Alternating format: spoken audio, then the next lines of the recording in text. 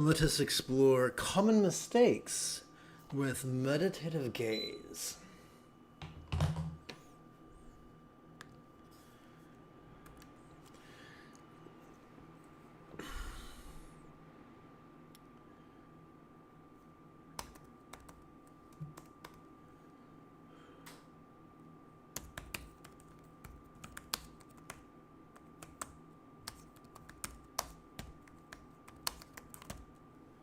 Make sure this fits on the screen, okay? Oh, good, it does. Okay, so the first issue is controlling versus being laid back. I am going to share with you a bunch of variables, but those variables can be placed into two categories. Things we do actively, or things we do from a place of centered spontaneity. Contrivance will mess things up. The foundational text for Taoism, the Tao Te Ching by Lao Tzu, or at least attributed to Lao Tzu, is all about this. Let's jump forward a bit.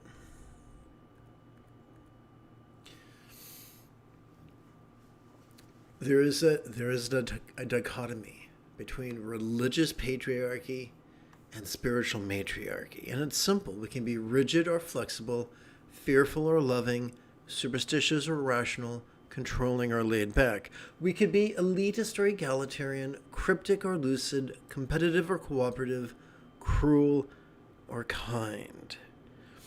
Now, our society, our childhood physiology, the various traumas we may or may not have endured, can increase the propensity and ferocity of these impulses.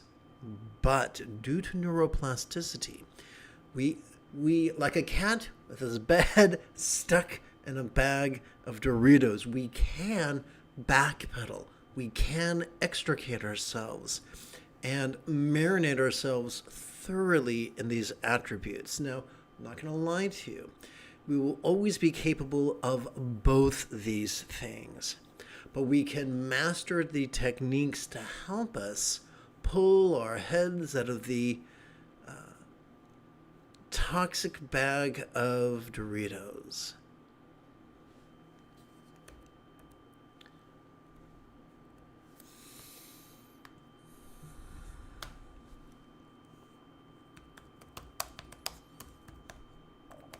So as we sit in meditation, we can open our eyes or we can close our eyes. Fundamentally speaking, closing our eyes is more sedating. Opening our eyes is more stimulating. One moment. Oh, dinner with some spicy beans and rice. Okay, so...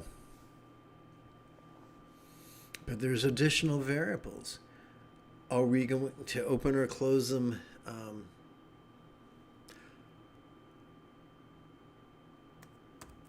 actively or passively? Rigidly or softly? I think you see where I'm going with this. Passive always trumps active. Soft always trumps rigid. In the long term. In the short term, you might be able to get shit done, but not in a sustainable, transformative, healing, empowering way. Let's be vulgar. Consider the act of sexual congress. 9 times out of 10, if a neurotypical man has an ejaculation, he falls asleep afterwards. So there's a price we pay for being active and being rigid. 9 times out of 10, if a neurotypical woman orgasms, she's actually energized afterwards. Especially, and I'm going to get really crude, so brace yourself, trigger alert, especially if it's a G-spot or a vaginal orgasm as opposed to a clitoral orgasm. Clitoral orgasms tend to be more fatiguing. Vaginal orgasms tend to be more empowering.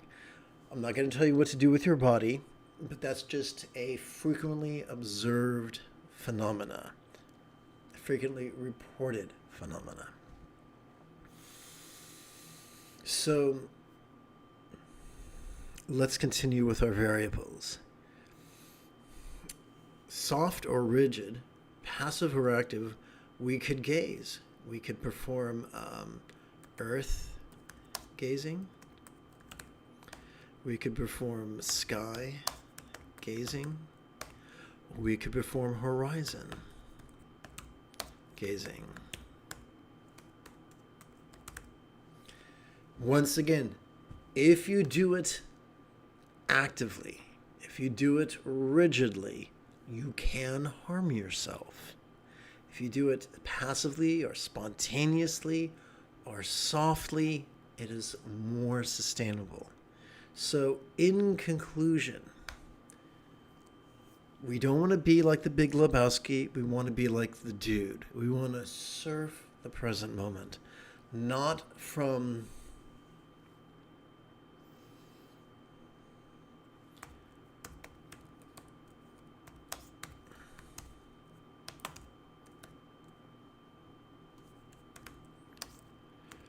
scattered spontaneity, but from centered spontaneity.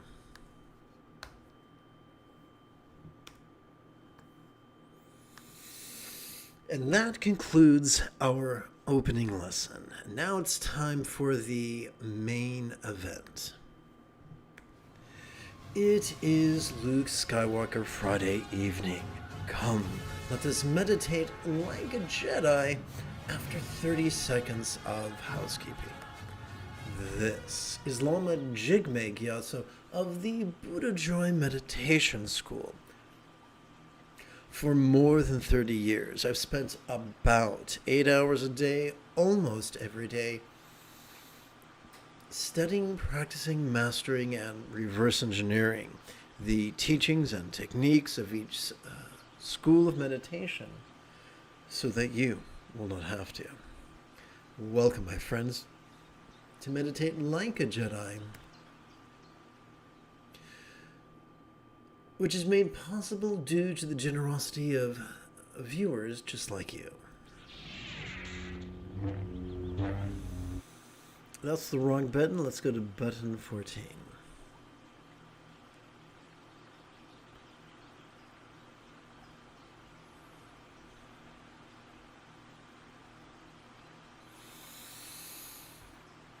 Let us turn to the vast expanse of the diamond-like mind, also known in Tibetan as Dorje Sampa Nam Kache.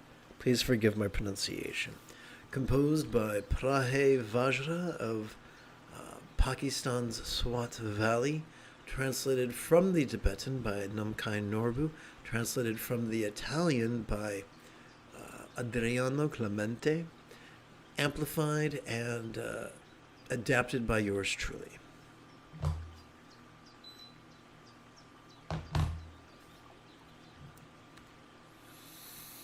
Please chant with me. I pay homage to the Bhagavan archetype of enlightenment representing the glorious diamond-like mental strength known as Vajrasattva. So, Bhagavan can be translated into Lord.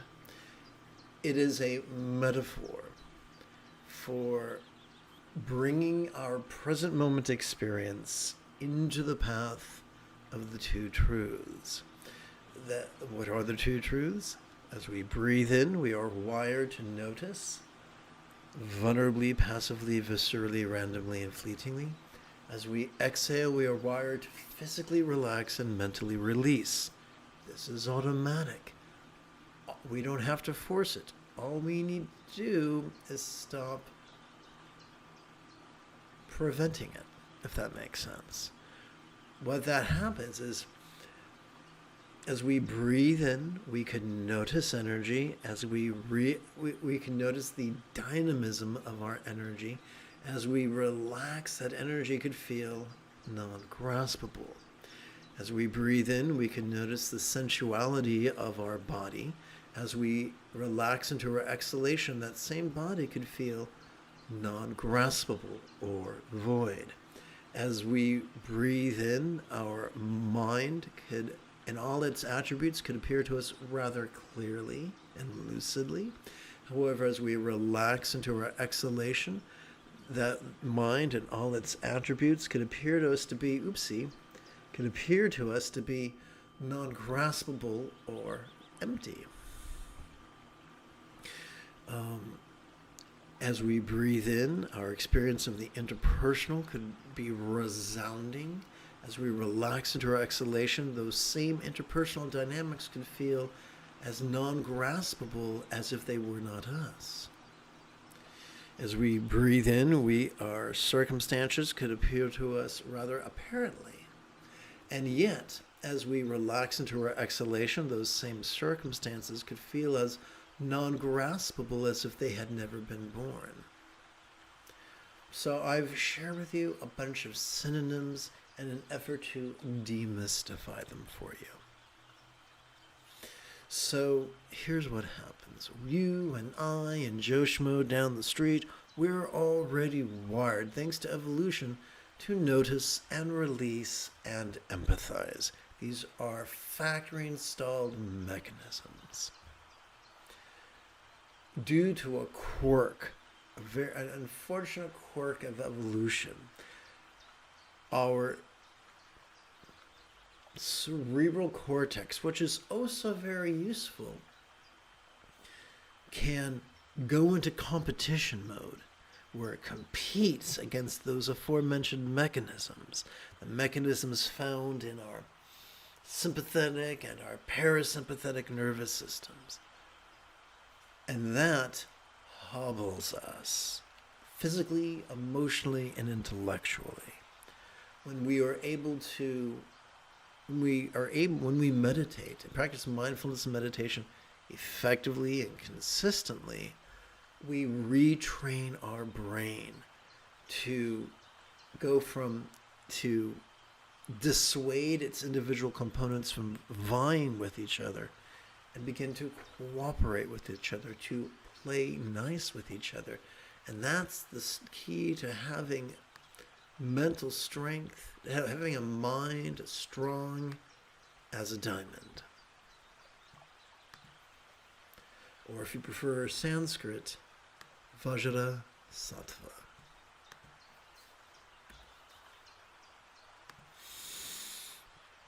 I'm going to tap button 9 and drag us kicking and screaming into our primary practice text.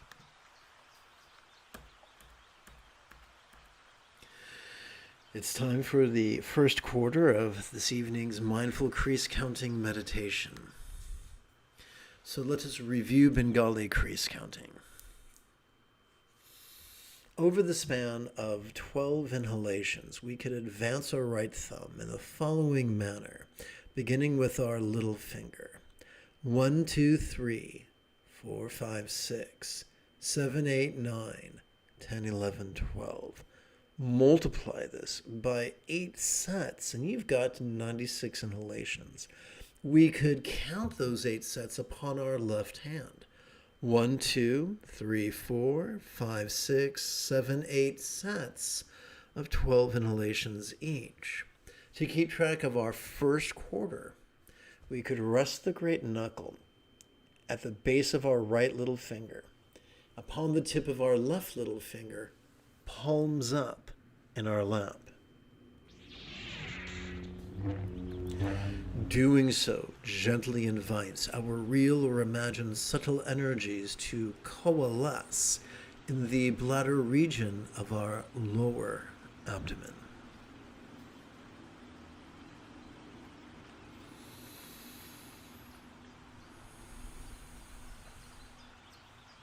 By way of review, every time we silently and mentally recite the demonstrative pronoun this during our inhalation, our sympathetic nervous system helps us to vulnerably, passively, viscerally, randomly, and fleetingly notice mind's antics of perception. Seeing, hearing, feeling, tasting, smelling, and the like, such as emoting, intending, reasoning, recalling, and imagining.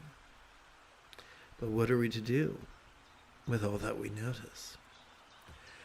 Every time we silently and mentally recite the one-syllable verb ease during our exhalation, our parasympathetic nervous system supports both the physical relaxation as well as the mental release of whatever it is that we noticed during our previous inhalation. So together as a team, let us practice right now.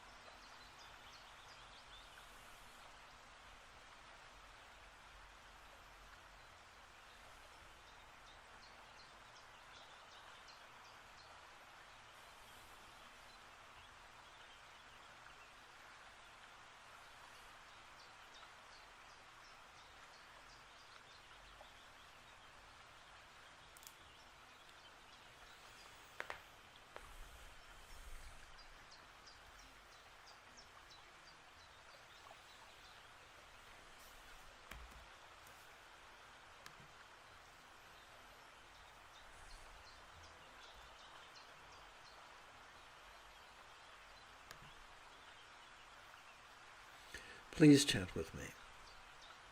The vast expanse of Vajrasattva time and like mind is like the ever good and immense ultimate dimension of phenomena. Being pure, the complete path that liberates all, does not arise or cease, does not think of anything.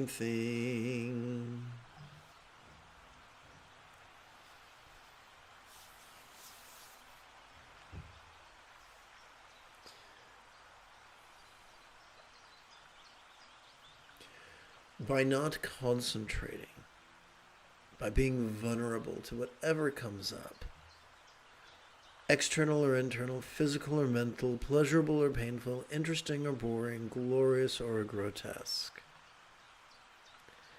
We don't feel like we're squished into a teeny tiny little cubbyhole. We feel like we are relaxing and releasing into a vast expanse.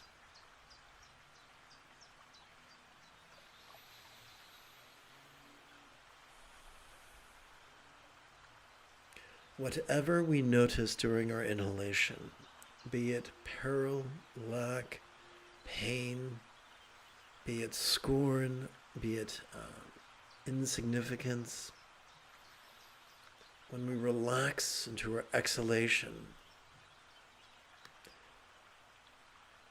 those perils seem to vanish. They seem to grow translucent. They seem to grow less tangible.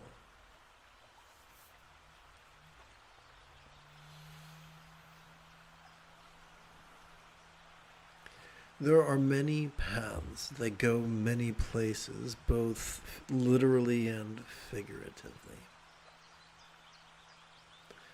But the complete path liberates all beings everywhere. What do we mean by liberate? Is it liberation from the presence of certain perceptions, or rather liberation from their tyranny? Our liberation is as close as our next exhalation. This liberation is not predicated upon contemplation. And we don't have to make it happen. We're already wired to do it. All we need to do is step out of our own way.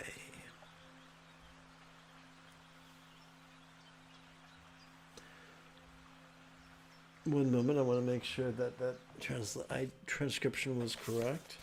Please bear with me.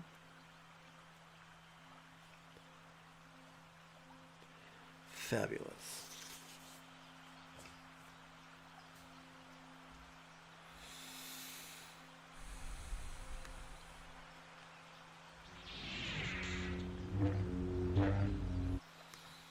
Whoops, wrong button.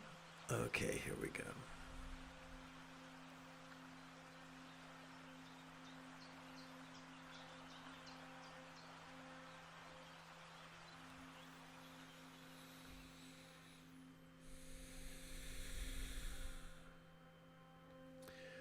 Welcome to this evening's second quarter of mindful crease counting meditation. To keep track of the second quarter, we could rest the great knuckle at the base of our right index finger upon the right index finger upon the tip of our left index finger, palms up in our lap.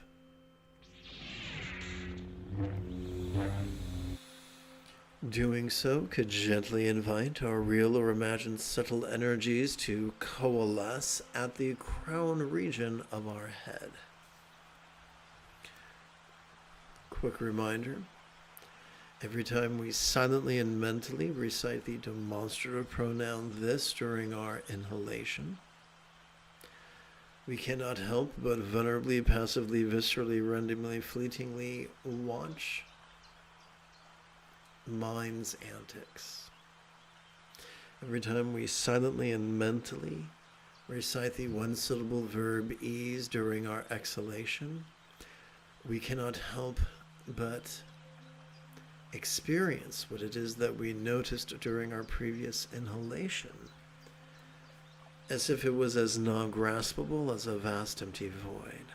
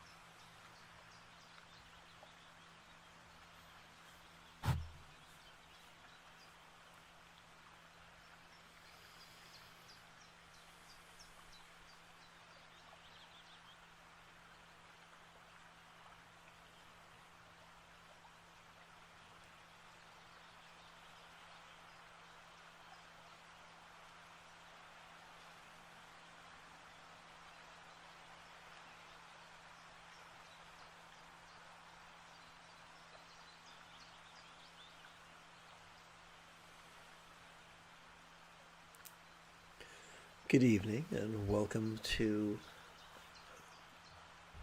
our guided meditation or our group meditation.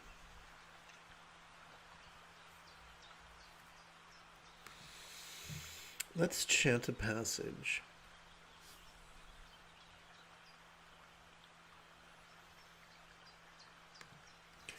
From Prahevajra's Vast Expanse of the Diamond-like Mind, the primary text of Dzogchen, or Ati Yoga. Please chant with me. Being love and thus thoroughly accomplished, it does not strive to practice great compassion. Being great, the profound qualities of greatness need not be praised.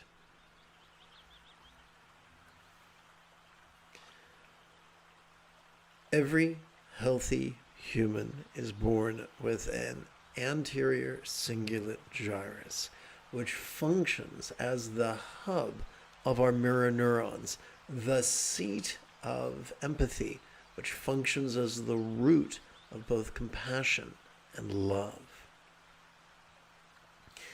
If we muck about with concentration or contemplation, focus or analysis, we will exhaust our prefrontal cortex and excite our amygdala, the seat of anxiety and aggression. But by simply noticing as we breathe in, vulnerably, passively, viscerally, randomly, and fleetingly, and by physically relaxing and mentally releasing during our exhalation, just the way we're already wired to, we sidestep the quicksand of our amygdala. And the stimulation of our anterior cingulate gyrus takes place effortlessly and automatically, which is exactly why the late Tulku Thondup insisted that the highest love is spontaneous and uncontrived. Therefore, we don't have to force ourselves to love. We don't have to contemplate the benefits of love or the perils of not loving.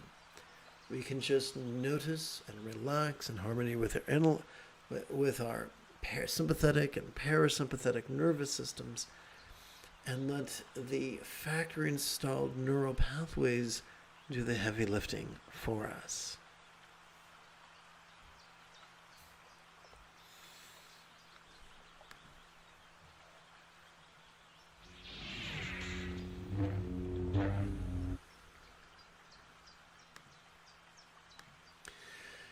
Congratulations. Welcome to the third quarter of this evening's mindful crease counting meditation. To keep track of the third quarter, we could rest the great knuckle at the base of our right ring finger, upon the tip of our left ring finger, palms up in our lap.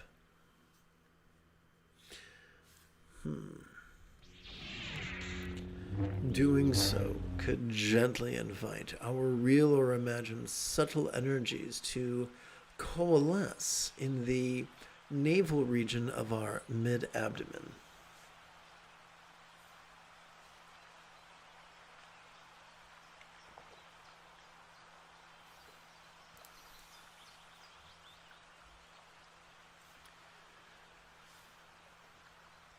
Every time we silently and mentally recite the demonstrative pronoun this during our inhalation, our sympathetic nervous system helps us to vulnerably, passively, viscerally, randomly, and fleetingly notice mind's antics of perception, emotion, intention, cognition, recollection, and imagination.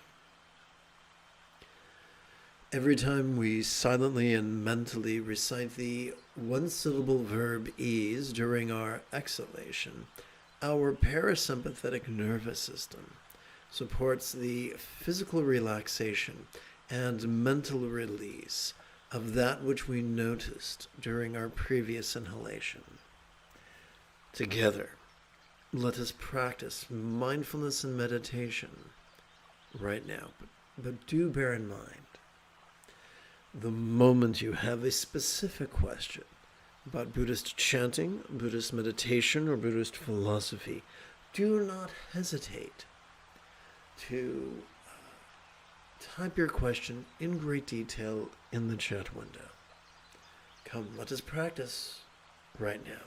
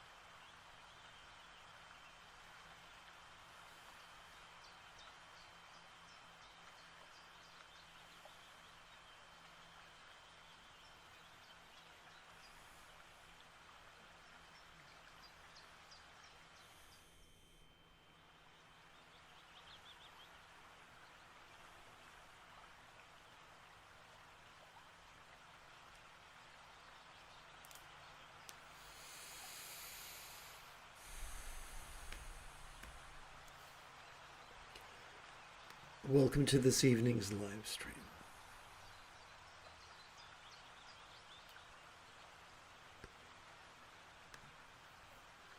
Please chant with me the third verse of Prahevajra's vast expanse of the diamond-like mind. Together. Phenomena do not undermine the authentic condition of all Buddha nature, which is liberation because it self-liberates effortlessly without action. Since self-originated wisdom is beyond contrived searching, in liberation itself it also shows the path of liberation. In the words of South Park, what? So what do we mean by our Buddha nature?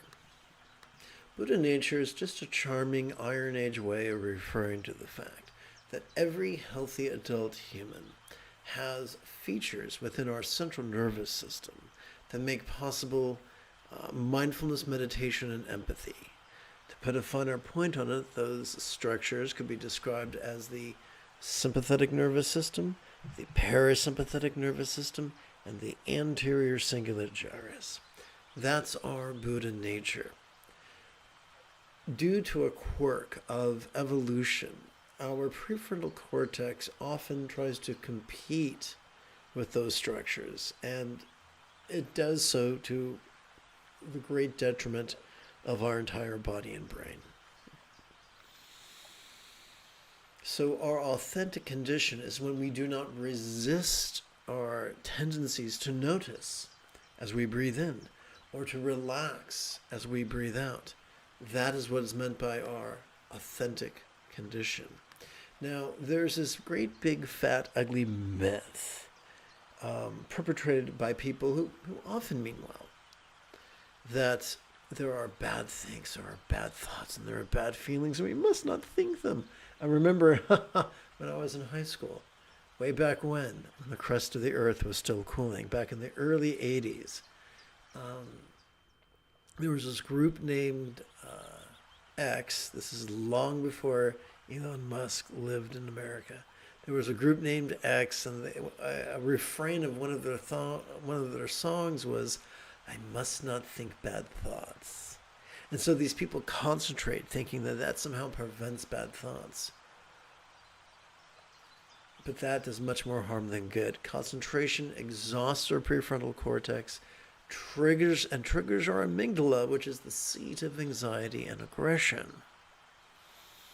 So here's the good news. Phenomena cannot harm our Buddha nature. Regardless of what we see, whether no ugly sight, no discordant sound, no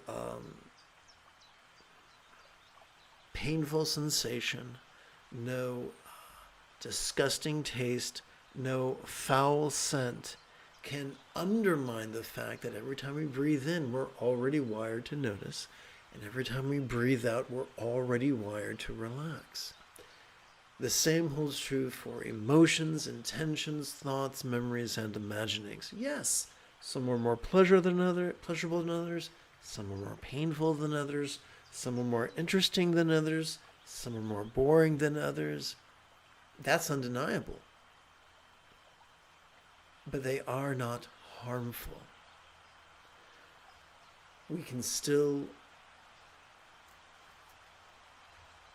They do not undermine the structural integrity of our sympathetic nervous system or our parasympathetic nervous system or our anterior cingulate gyrus, despite what's going on. You've noticed this in your own life. How many times have you felt cranky emotionally, and yet you were still able to choose to be kind?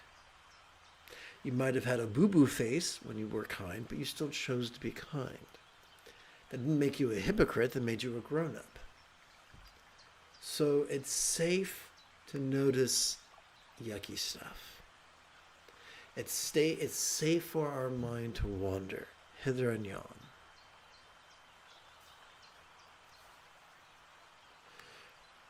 Every exhalation lets go. This happens effortlessly. It's uncontrived. With every exhalation, we viscerally experience the wisdom of letting go. We don't have to force it. It's already there. It's not a question of faith. It's a question of physiology. And so the people in our lives, without us boasting or bragging or knocking on someone's door on a Saturday morning trying to give them a copy of the Watchtower, just by being ourselves, those around us can entrain on the path of awareness and release.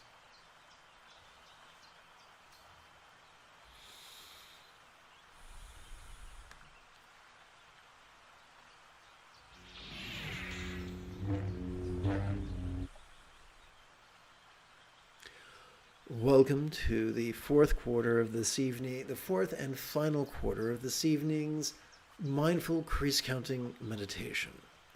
To keep track of this fourth quarter, we can rest the great knuckle at the base of our right middle finger, upon the tip of our left middle finger, palms up in our lap.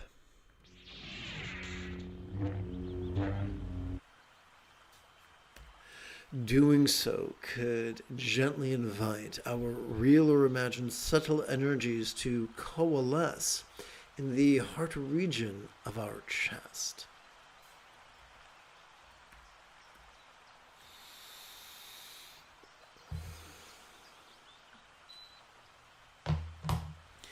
Every time we silently and mentally recite the demonstrative syllable "this" during our inhalation, our sympathetic nervous system causes us to vulnerably, passively, viscerally, randomly, and fleetingly notice mind's antics of perception, emotion, intention, cognition, recollection, and imagination. Every time we silently and mentally recite the one-syllable verb ease during our exhalation, our parasympathetic nervous system helps us to physically relax and mentally release whatever it is that we noticed during our inhalation. Come, let us practice together right now, but allow me to remind you that the moment you have any specific question about Buddhist chanting, Buddhist meditation, or Buddhist philosophy, do not hesitate to type your question in great detail in the chat window. Come together as a team, let us practice right now.